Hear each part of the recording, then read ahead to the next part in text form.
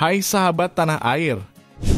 Negara Rusia tidak hanya terkenal sebagai negara adidaya dengan segudang teknologi canggihnya, namun kerap dikenal juga dengan wanita-wanita cantik yang ada di negara tersebut. Wanita Rusia memang sudah terkenal dengan kecantikannya yang tak terbantahkan. Bahkan mungkin sebagian orang akan setuju untuk menjadikan mereka sebagai wanita tercantik di dunia. Tetap tonton video kami sampai akhir agar tak salah paham.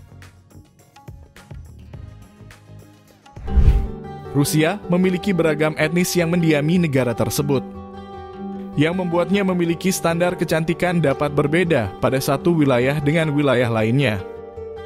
Yang pertama adalah wajah imut wanita Rusia yang cenderung memiliki tulang pipi yang lebih tinggi. Kemudian tinggi rata-rata wanita Rusia itu sangatlah ideal dan membuatnya menjadi ramping dan terlihat menarik. Alasan selanjutnya adalah wanita Rusia bisa disebut sebagai wanita paling modis di dunia. Mereka mengikuti perkembangan tren yang sedang terjadi di dunia fashion.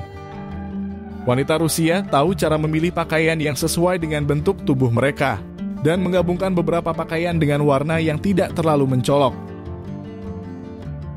Walaupun mungkin wanita Rusia suka menggunakan berbagai merek fashion terkenal, namun mereka tidak terlihat vulgar dan berpakaian elegan serta berselera tinggi.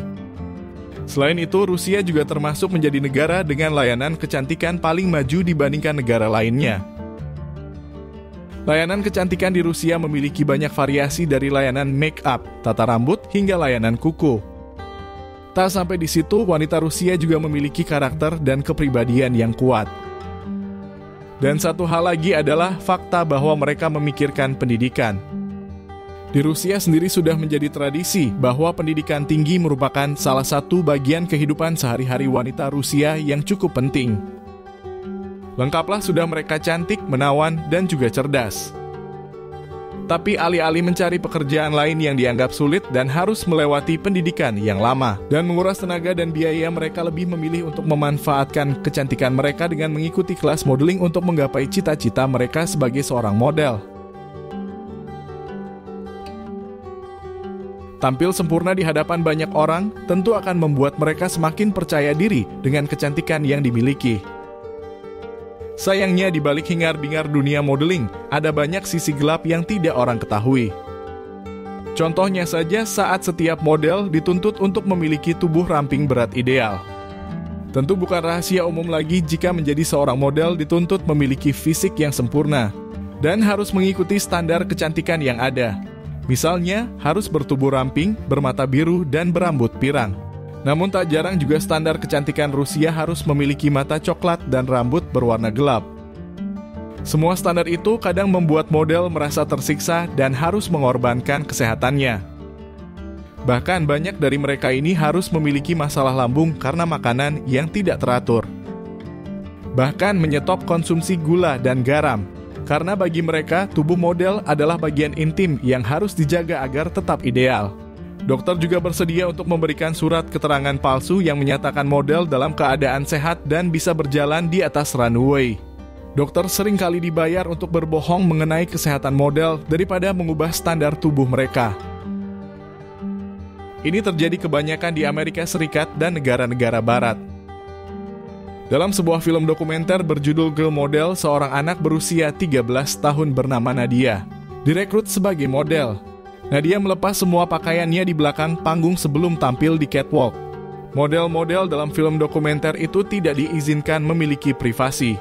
Dan itu artinya semua orang di belakang panggung termasuk penata gaya, fotografer, desainer, boleh melihat tubuh telanjangnya. Tahun 2013, Departemen Tenaga Kerja di New York telah membuat aturan untuk melindungi hak-hak model anak termasuk privasi.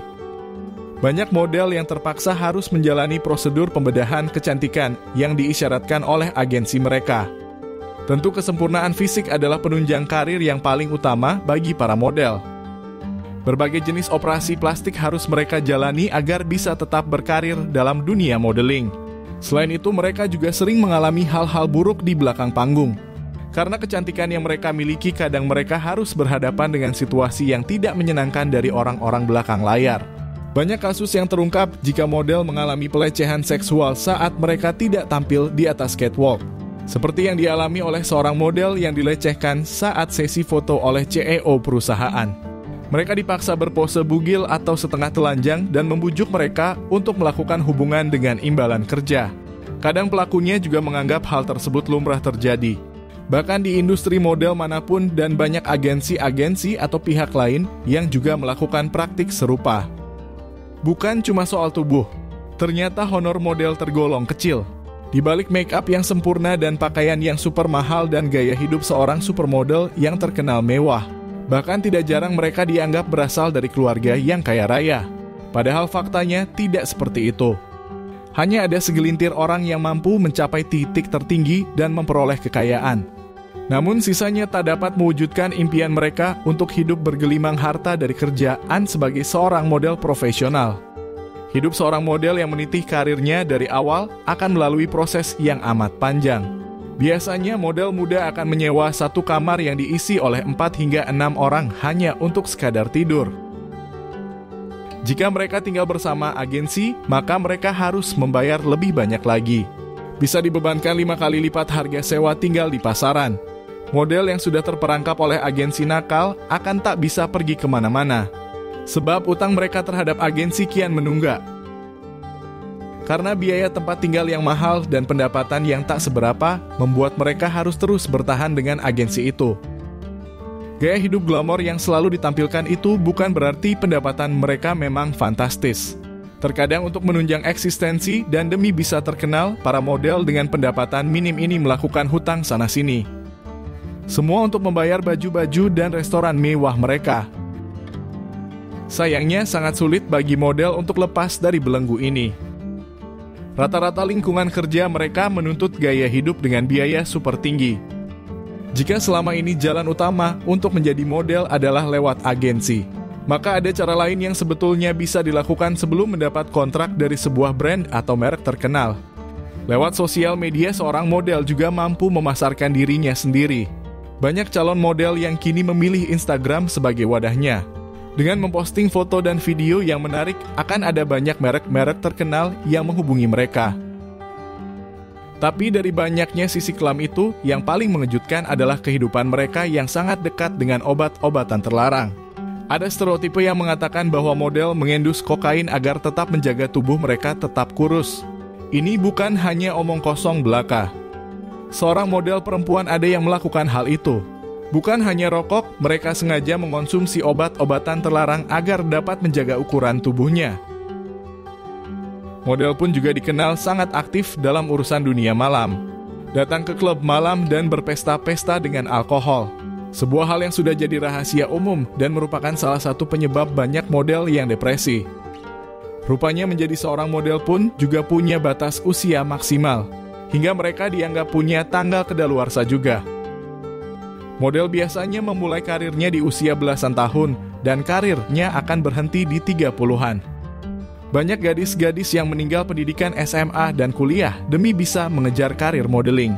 Lalu tidak punya bekal apapun saat dia pensiun. Padahal persaingan dunia model sangatlah ketat. Memang ada peluang bagi wanita yang lebih tua, namun tidak banyak.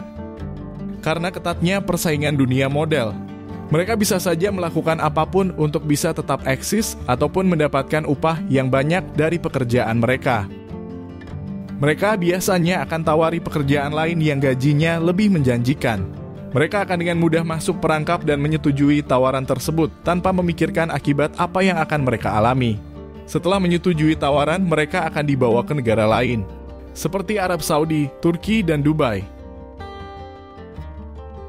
Bahkan banyak juga di antara mereka yang dinikahkan dengan kalangan sultan meski usianya masih sangat muda. Bagaimana menurut kalian?